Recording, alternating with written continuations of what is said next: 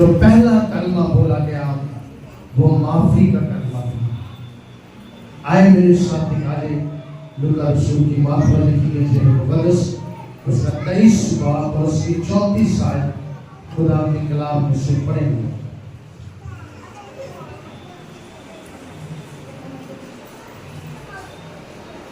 यीशु ने कहा, ऐ बाप इनको माफ कर, क्योंकि ये जानते नहीं कि क्या करते हैं। आमीन। अब सब मेरे पीछे ये पहला कलमा बोलेंगे और बुलंद आवाज से इस कलमे को दोहराएंगे।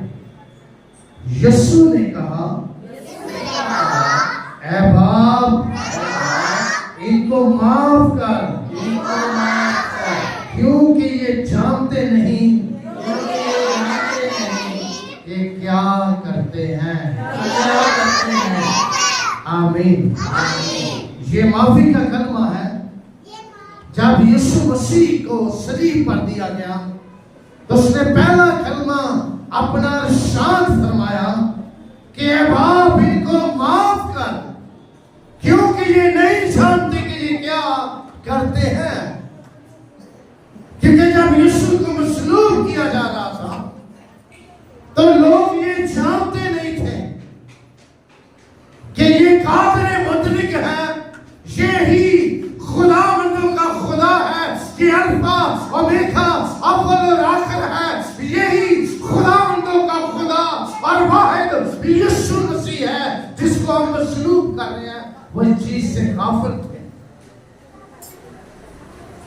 और यीशु दुआ करता है, बाप से इल्तमास करता है कि ऐ बाप इन्हें माफ कर दे, क्योंकि ये जानते नहीं है कि जिसको ये मसलूब कर रहे हैं ये खुदावंदों का खुदा और यीशु मसीह है। माफ करना जो है बहुत मुश्किल काम है। माफी बहुत मुश्किल हम देते हैं। बाइबल में इसका जिक्र है कि अगर कोई तेरी एक गाल पर तमाचा मारे तो दूसरा भी उसकी तरफ फेर दे। ये माफी है खुदा के कलाम में। फिर लिखा है, अगर तेरा भाई 7 बार भी, अगर वो 70 बार भी तेरा गुनाह करे तो उसे माफ कर दे। और हम माफ नहीं करते। हमारी रिश्तेदारियां, नाते कई कई सालों से हम उन्हें माफ नहीं करते। हमारे दिल में वही रंजिश और दुख होता है।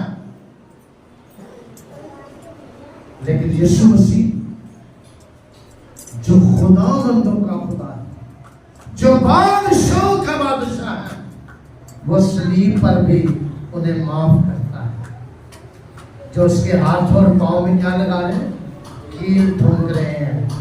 जो उसके मुंह पर थूक रहे हैं, जो उसके सर पर कांटों का ताज पहना रहे हैं। और हिस्ट्री में मैं पढ़ रहा था कि जो कांटे सूलदार कांटे हैं, इनके ऊपर खास जहरीला केमिकल लगाया गया था।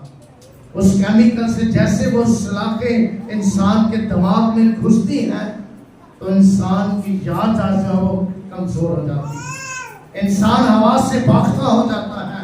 ये सूलों के दर्द, वो तकलीफ, वो कोड़े खाकर भी कहता है, ऐ बाप इन्हें माफ कर दे, ये नहीं करते कि क्या करते हैं। अगर वो खुदावंद खुदा को जानते, अगर वो उस खुदाए कदूस को जानते तो वो सजा ना पाते। मेरे यीशु मसीह का दुनिया में जो आना है वो निजात दहिंदा है। वो मेरे और आपके गुनाहों के लिए सलीब पर मसलूब हुआ। उसने मेरे और आपके गुनाहों के लिए सलीब पर चढ़ गया और हमें माफी का दर्श दिया है कि हम एक दूसरे के गुनाह माफ करते हैं। और लिखा है कि उसने दुआ करना जो सिखाया है। हम हर रोज दुआ रबानी पढ़ते हैं, ऐ हमारे बाप तू जो आसमान पर है। और जिस तरह हम अपने कसूर वालों को माफ करते हैं, तो भी हमारे कसूर हमें ये दुआ तो हम बिना नागा पढ़ते हैं, बिना नागा दुआ में याद करते हैं, ऐ बाप हमारे कसूर माफ कर, पर हमारे अंदर से क्या हमने कसूर माफ किए? क्या हमने किसी के कसूर माफ किए हैं? किसी के गुनाह और गलती को माफ किया है? मेरे अज़ीज़ों, यीशु दुख और मुसीबत में है, वो सलीब पर भी शफाअत करता है, माफ करता है। और उसने कहा, ऐ बाप इन्हें माफ कर, क्योंकि ये नहीं जानते कि ये क्या करते हैं। हमें जानना है, खुदा को जानना है, खुदा की अलूहियत को जानना है कि वो खुदा जो बेअब पर रहा था, वो मेरे और आपके गुनाहों के लिए सलीब पर मसलूब हुआ। और उसने कहा, बाप इन्हें माफ कर, क्योंकि ये नहीं जानते कि क्या। माफी करना बहुत मुश्किल काम है, हम माफ नहीं करते, हम बदला लेते हैं। अगर यीशु बदला लेना चाहता तो उसके पास तो करोड़ों लाखों करूबी सराफीम फरिश्तेगान है। वो बादशाहों का बादशाह, वो कौमों और उम्मतों का बादशाह है, जिसने तमाम दुनिया को तख्लीक किया। वो सब कुछ कर सकता था, लेकिन उसने हमें दर्श दिया है, ईमान दिया है कि हमें यीशु की मानद बनना है। लिखा है, पौलुस कहता है, तो मेरी मानद बनो जैसा मैं मसीह की मानद हूं। और हम वही इंसानी सोच, इंसानी ख्याल, इंसानी इरादे रखते हुए कभी किसी को माफ नहीं करते। मेरे अज़ीज़ों, यीशु ने माफ किया है।